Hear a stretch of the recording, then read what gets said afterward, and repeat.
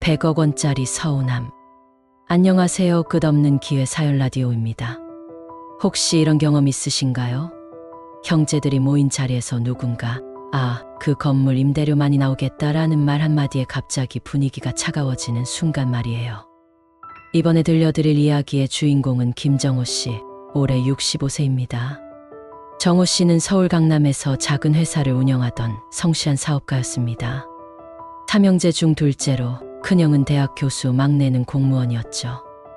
아버님이 젊은 시절 부동산 투자로 큰돈을 벌어두셨고 3년 전 돌아가신 후 홀로 계신 어머님께서 각 아들에게 서울 시내 상가 건물을 하나씩 증여해 주기로 하셨습니다.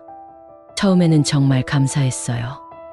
어머니가 너희들 노후 걱정 없게 해주고 싶다고 하시면서 각자 건물을 주신다니까 말이에요. 정호 씨와 큰형이 받은 건물은 모두 4층짜리 상가 건물로 시세가 각각 약 90억 원 정도였습니다. 그런데 막내가 받은 건물은 5층의 지하철역에서 도보 3분 거리 황금입지. 부동산 중개인들이 120억은 좋게 나갈 것이라고 평가했죠. 처음엔 그럴 수도 있지 했어요. 어머니 결정이니까요. 그런데 시간이 지나면서 형님도 저도 조금씩 마음에 걸리기 시작했어요. 결정적 순간은 큰형의 환갑잔치에서였습니다.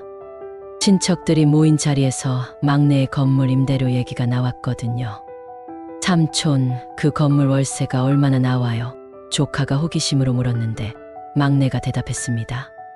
한 달에 2천만 원 정도 나와요.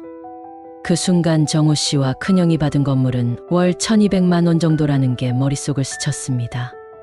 월 800만 원, 1년이면 거의 1억 원의 차이였죠. 그때부터 잠이 안 오더라고요. 계산해보니 평생 받을 월세 차이가 정말 큰 돈이었거든요. 어머님께서는 평소 세 아들 모두 똑같이 사랑한다고 말씀하셨는데 왜 막내만 더 좋은 걸 주셨을까? 그런 의문이 머릿속에서 떠나지 않았습니다. 더 충격적이었던 건 큰형에게서 온 전화였습니다. 정호야, 나도 그 생각하고 있었다. 어머니가 왜 그렇게 하셨을까? 두 형제는 처음으로 어머님의 결정에 대해 의문을 품기 시작했습니다. 30년 넘게 효자로 살아온 자신들이 서운함을 느낀다는 게 죄스럽기도 했지만 현실적으로 느껴지는 박탈감을 무시하기는 어려웠습니다. 그런데 이건 시작에 불과했습니다. 정말 놀라운 사실이 기다리고 있었거든요. 상가 건물 증여 후 몇 달이 지난 어느 날 정호 씨에게 예상치 못한 전화가 걸려왔습니다. 바로 아버님의 옛 친구이셨던 박 사장님이었죠.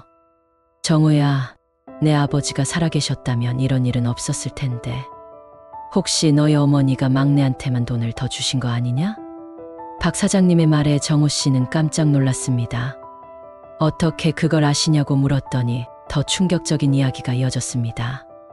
사실 내 막내 동생이 5년 전에 사업에 실패해서 빚이 20억이 넘었었어. 그때 내 어머니가 나한테 돈을 빌려달라고 하시더라고. 막내 빚 갚아주려고 말이야. 정호 씨는 말문이 막혔습니다.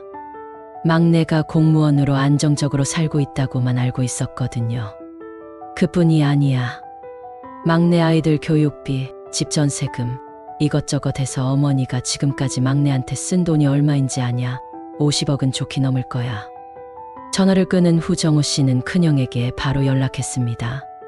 형님도 이미 다른 루트를 통해 비슷한 얘기를 들으셨다고 했습니다. 그래서 어머니가 막내한테 더 좋은 건물을 준 거였구나. 이미 50억을 썼으니까 앞으로라도 더 많이 받게 해주려고. 두 형제는 묘한 기분이었습니다. 억울하기도 하고 동시에 막내를 도우려는 어머님의 마음도 이해가 되었거든요. 하지만 문제는 어머님께서 이런 사실을 숨기셨다는 것이었습니다. 상황은 더욱 복잡해졌습니다. 정호 씨가 세무 처리를 위해 회계사를 만났는데 거기서 또 다른 사실을 알게 되었습니다. 사장님, 어머님께서 막내 아들 명의로 된 부동산이 또 있으시던데요. 증여세 계산할 때 같이 해야 해서 확인해 봤더니 어머님께서는 이미 10년 전에 강남에 또 다른 건물을 막내 명의로 해두셨던 겁니다. 시세 70억 원짜리였죠. 그때 정말 화가 났어요. 어머니가 우리를 속이셨다는 생각이 들었거든요. 막내는 총 200억 가까이 받은 건데 우리한테는 90억씩만 주시고는 공평하게 나눠줬다고 하시니까요. 정호 씨는 큰형과 함께 어머님을 찾아뵈었습니다. 88세의 어머님은 아들들의 질문에 당황하시며 이렇게 말씀하셨습니다. 막내가 힘들어해서 그랬어. 너희 둘은 잘 살고 있으니까. 그럼 우리한테는 왜 말씀 안 해주셨어요? 우리도 어머니 자식인데 형제가 어려우면 같이 도와야 하는 거 아니에요? 어머님께서는 너희가 반대할까봐 하시며 말끝을 흐리셨습니다. 그날 저녁 막내에게서 전화가 왔습니다. 어머님께서 연락하신 거였죠. 형들아, 미안해. 내가 어머니한테 도움을 많이 받았어. 하지만 나도 어쩔 수 없었어. 사업 실패하고 정말 막막했거든. 전화통화는 싸움으로 번졌습니다. 20여 년 만에 형제들이 목소리를 높였죠. 그럼 우리한테 말을 했어야지. 형제끼리 비밀로 하면서 어머니 혼자 고민하게 만들었어. 형들은 여유가 있으니까 그런 말을 하는 거야. 나는 정말 죽을 만큼 힘들었다고. 그날 이후로 삼형제는 연락을 끊었습니다. 명절에도 각자 어머님을 따로 찾아뵈었고 가족 모임은 완전히 사라졌습니다. 가장 마음 아파하신 분은 어머님이었습니다. 자식들 때문에 좋은 일 한번 하려다가 가족이 해체되어 버린 거였죠. 그런데 1년이 지난 후 상황을 완전히 바꿔놓을 사건이 일어났습니다. 과연 무엇이었을까요? 가족 갈등이 1년째 이어지던 어느 봄날 정호 씨에게 예상치 못한 소식이 들려왔습니다. 어머님께서 갑자기 쓰러지셨다는 거였죠. 병원에서 만난 삼형제는 1년 만이었습니다. 서로 눈도 마주치지 않은 채 의사의 설명만 들었습니다. 다행히 큰 문제는 아니에요. 스트레스성 어지럼증이시고 며칠 입원하시면 됩니다. 하지만 의사는 잠시 망설이더니 이어서 말했습니다. 어머님께서 우울증 증세를 보이고 계세요. 가족 문제로 많이 힘들어 하시는 것 같던데 주변에서 도움이 필요할 것 같습니다. 그날 밤 어머님 병실을 지키던 정호 씨에게 어머님께서 조용히 말씀하셨습니다. 정호야, 서랍에서 편지 하나 꺼내줄래? 어머님께서는 정호 씨에게 봉투 하나를 건네주셨습니다. 집에 가서 읽어봐라고 하시면서요.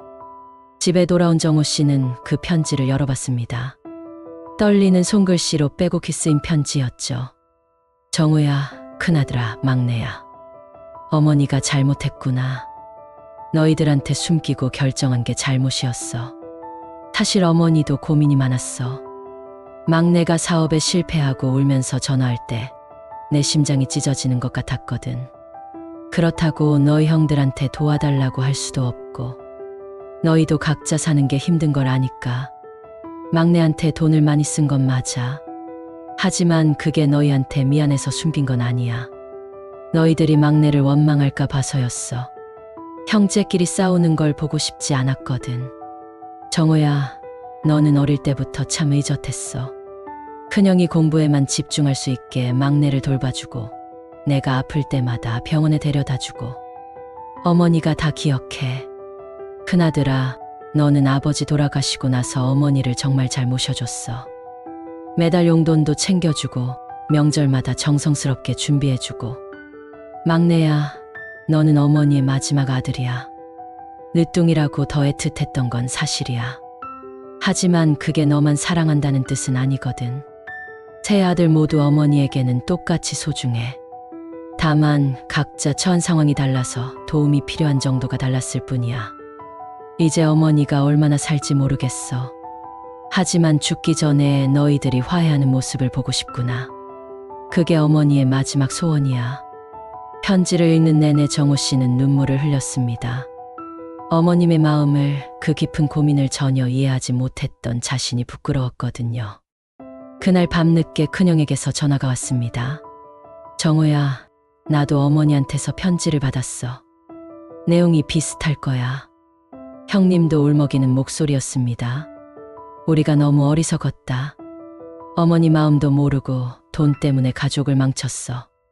이틀 후 막내에게서도 연락이 왔습니다. 형들아, 만나자. 어머니 편지 보고 정신이 번쩍 들었어. 내가 잘못했어. 처음부터 솔직하게 말했어야 했는데. 삼형제는 1년 만에 다시 만났습니다. 어머님이 계신 병실에서요. 그런데 정말 놀라운 일이 일어났습니다. 막내가 갑자기 무릎을 꿇으며 이런 말을 한 거예요. 형들아, 사실 어머니가 주신 건물들 내가 다 팔아서 형들이랑 나눠 갖자. 뭐라고? 어머니가 이렇게 고생하시는데 내가 혼자 많이 가져서 되겠어. 그리고 사실 나는 지금도 빚이 좀 남아있어. 건물을 팔아서 빚 정리하고 나머지는 3등분 하자. 그 순간 어머님께서 눈을 뜨시며 말씀하셨습니다. 그럴 필요 없어. 어머니가 다른 방법을 생각해뒀어. 과연 어머님께서 준비하신 방법은 무엇이었을까요? 그리고 이 가족은 어떻게 진짜 화해를 이루게 되었을까요? 어머님께서 삼형제에게 제안하신 방법은 정말 놀라운 것이었습니다. 너희들 건물을 다 합쳐서 하나의 가족 회사를 만들자. 그리고 그 수익으로 어머니를 모시고 서로 도우면서 살자. 처음에는 형제들 모두 당황했습니다. 법적으로도 복잡하고 세금 문제도 있을 테니까요. 어머니, 그럼 소유권은 어떻게 해요? 각자 지분을 정확히 계산해서 가져. 막내가 많이 받은 것도 인정하고 대신 앞으로는 모든 걸 투명하게 하자. 큰형이 먼저 동의했습니다. 좋은 생각이야. 어차피 우리는 가족이고 나중에 상속받을 건물들 아니냐? 미리 같이 관리하면서 살자. 정우 씨도 고개를 끄덕였습니다. 형님 말씀이 맞아요. 그리고 이제라도 가족이 다시 모여서 다행이에요. 하지만 막내의 반응은 의외였습니다. 형들아, 고마운데 나는 좀 다르게 생각해. 내가 지금까지 어머니한테 의존한 게 문제였어. 이제는 내 힘으로 살고 싶어.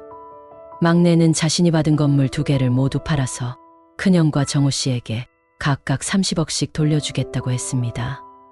나는 나머지 돈으로 작은 사업을 다시 시작할 거야. 이번엔 정말 열심히 해서 형들에게 떳떳한 동생이 되고 싶어. 그 말을 들은 어머님께서는 오히려 기뻐하셨습니다. 그래, 그게 맞다. 각자 자립해서 살되 가족의 정은 놓지 말자. 6개월간의 법적 절차를 거쳐 재산 재분배가 마무리되었습니다. 결과적으로 삼형제가 받은 재산은 거의 비슷해졌죠. 하지만 정말 중요한 변화는 다른 곳에 있었습니다.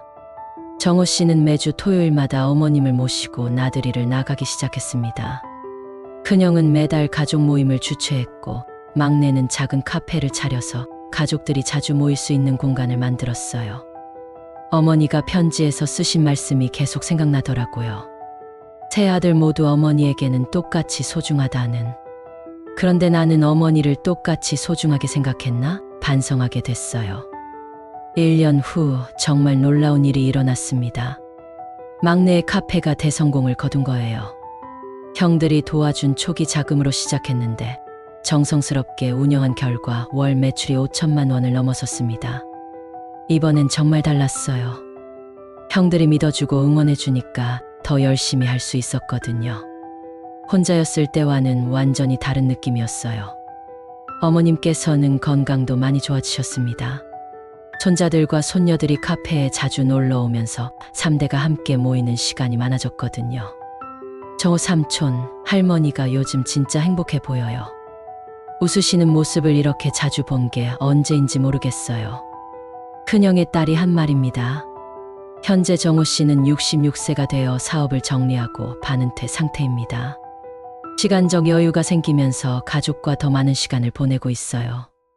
65세에 시작한 화해였는데 지금 생각해보면 정말 늦지 않았더라고요. 오히려 이 나이가 되어서야 가족의 진짜 의미를 알게 된 것 같아요. 정호 씨는 요즘 이런 생각을 자주 한답니다. 젊을 때는 성공하는 게 중요하다고 생각했어요. 돈 벌고 인정받고 그런 것들 말이에요. 하지만 나이가 들어보니 결국 가족이 전부더라고요. 아무리 많은 돈이 있어도 가족과 멀어지면 의미가 없어요. 지난 추석에는 20여 명의 가족이 모두 모였습니다. 막내의 카페를 빌려서 큰 잔치를 벌였죠. 어머님께서는 이게 내가 꿈꾸던 모습이라고 하시며 눈물을 흘리셨습니다. 정호 씨가 전하는 마지막 메시지입니다. 혹시 지금 가족 때문에 마음이 아프신 분들이 계시다면 용기를 내서 먼저 손을 내밀어 보세요. 자존심보다 중요한 게 가족이에요. 그리고 늦었다고 생각하지 마세요. 65세에 시작한 화해가 제 인생을 이렇게 바꿨거든요. 나이가 들수록 깨닫게 돼요. 시간은 한정되어 있고 함께 할 수 있는 시간은 점점 줄어든다는 걸. 서운함이나 억울함 같은 감정들로 그 소중한 시간을 낭비하지 마세요. 가족은 끝까지 내 편이에요. 여러분, 혹시 지금 가족에게 전하고 싶은 말이 있으시다면 오늘 당장 전화해 보세요. 사랑한다, 고맙다, 미안하다는 그 한마디가 여러분의 인생을 바꿀 수도 있습니다. 김정우 씨의 이야기 어떻게 들으셨나요? 최근 뉴스에서 가족 간 갈등이 극단으로 치달은 안타까운 사건들을 보며 화해의 소중함을 더욱 절실히 느끼게 됩니다. 하지만 김정우 씨처럼 용기를 내어 먼저 손을 내민다면 분명 길이 열릴 것입니다. 끝없는 기회 사연 라디오는 앞으로도 여러분들의 새로운 시작을 응원하겠습니다. 오늘도 함께 해주셔서 고맙습니다. 오늘 이야기도 마음에 드셨다면 구독, 좋아요 부탁드립니다.